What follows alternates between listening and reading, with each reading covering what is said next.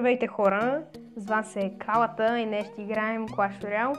За днес съм ви подготвил Chest Opening и ще ви покажа един много важен елемент. Това е Lumberjack.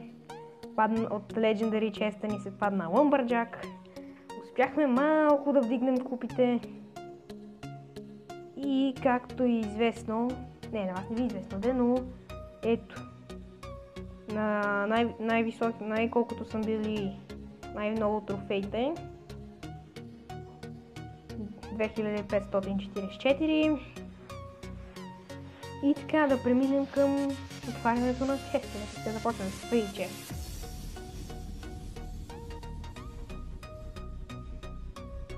Така, 2 джема, 1 Furnace и 9 Arrows.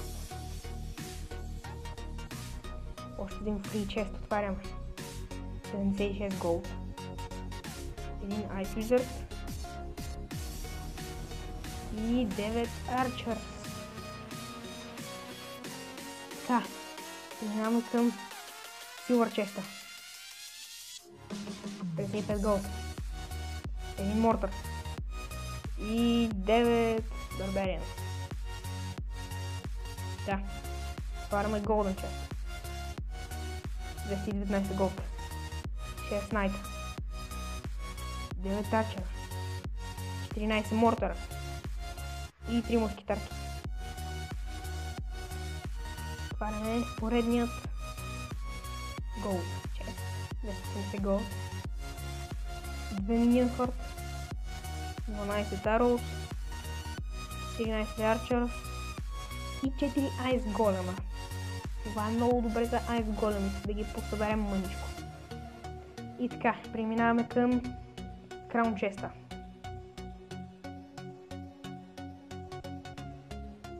3 джема. 21 Bombers. 36 Ice Spirit.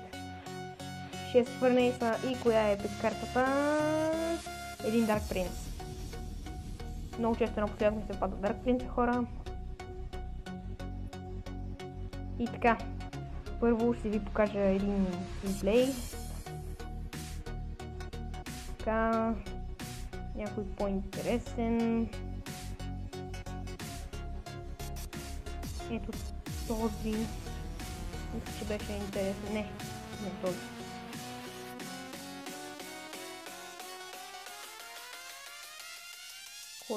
Кой?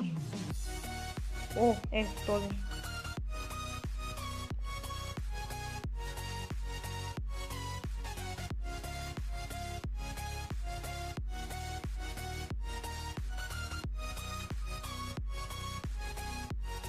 Така, той има да изплава.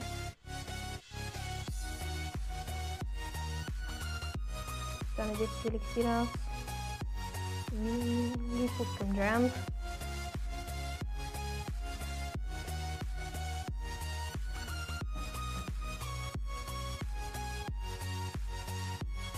После пробвах с Lumberjack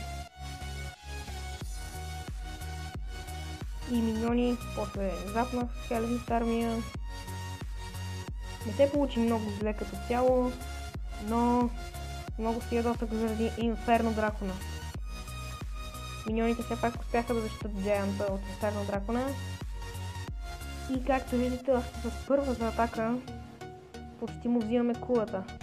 Тук си изнервих, защото остана на 50 кръв, както виждате.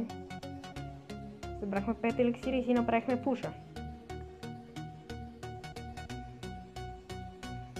После пуснахме Lumberjack и бутаме кулата с малки скелетчета или с Giant.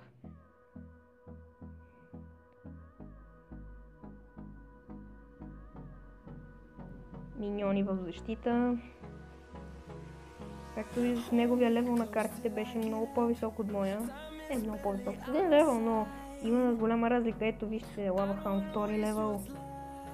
Малко трудно ми беше. Добре, че имах Inferno Tower в ръката. Много помогна Inferno Tower в тази битка.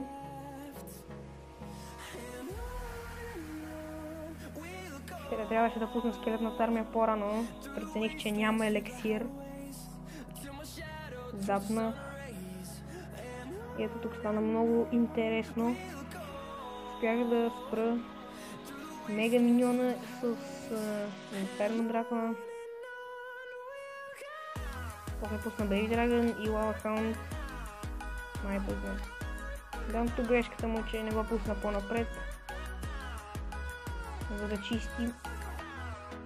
Така, тук нямаше много елексир и трудно ми отговаря в тази скелетна армия. Аз се забавих с запа, не знайно защо. Ето тук обаче стана много интересно тези 30 секунди. Успях да пренасочя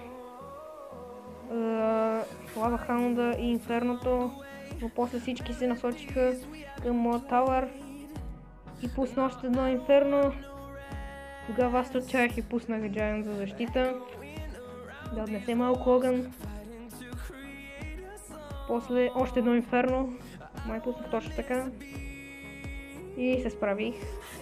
Нямаше фейрплей от мен, защото си смях.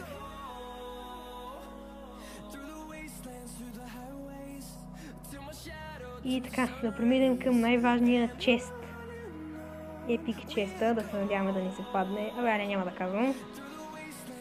Така. Yes! Точно това исках да ми се падне. Клонспел. Пада ни се Клонспел. 5 пеки. 6 рейджа. И 7 пойзона.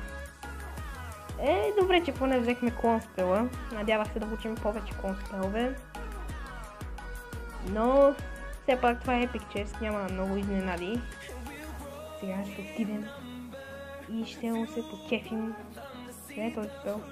Оп, ето го. Ето Клонспела. Може би ще си измисля някакъв дек с Клонспел. И с Lumberjack. И да.